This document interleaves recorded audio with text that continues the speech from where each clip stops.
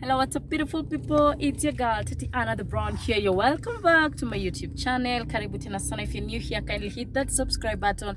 And if you're not new, thank you all so much for always coming back again and again and again. I'm forever grateful. So guys, I'm just from church, and as you can see, I am here, and at the same time I'm with this boy. It was too cold this morning, but all of a sudden there's solar here in Kiambu town. But anyway guys, today I just want to have a very brief discussion.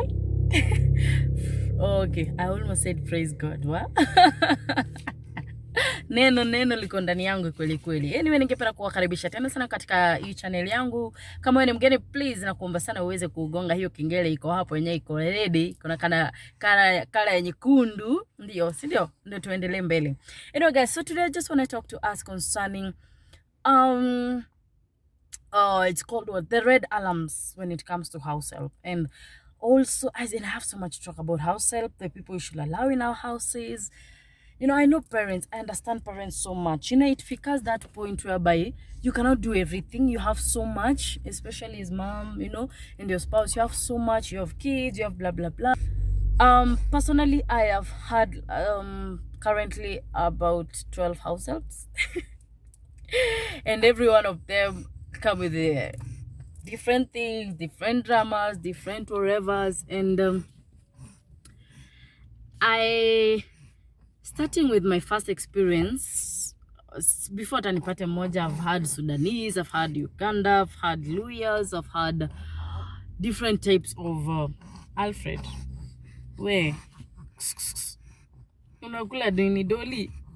Anyway guys, so I've had different house helps, and based on my experience, sometimes it can be tricky, and sometimes you can be putting your kids at risk or at danger, honestly, because I'll urge parents, like always have a no-go zone when it comes to your house helps. Always be keen, always be alert on the red whatever's alarms, because sometimes I'm glad sijafika at that point whereby something extremely bad imefanyika, but I always learn, and I'm always cautious, and I'm always alert, right, Alfred? So I have had experiences. I remember one that always stuck with me. Nile, I used to have a house help from Uganda, and baba, and that one alikuwa, I need to distract the baby.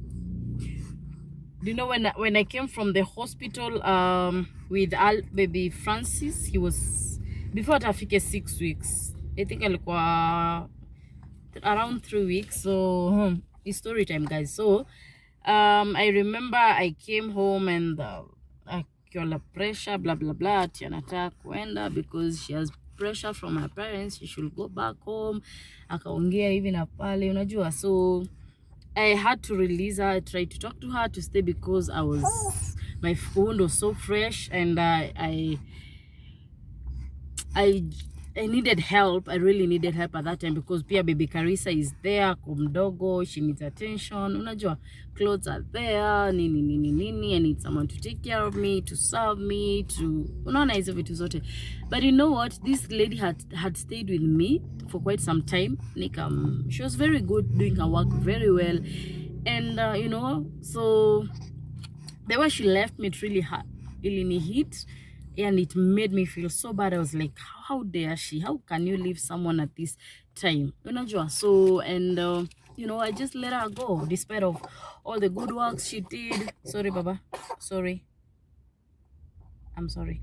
Despite all the good works she did, she was so good, she was so kind, you know. And but I had to let her go because she insisted, and me, I was in pain, I was in all these things, all these I was going through, and you know, sometimes you gotta do what you gotta do, and I just had to let her go and deal with it. And it was that was the most hardest or toughest journey of my life, acha nikwambie, dealing with 2 toddlers, you know.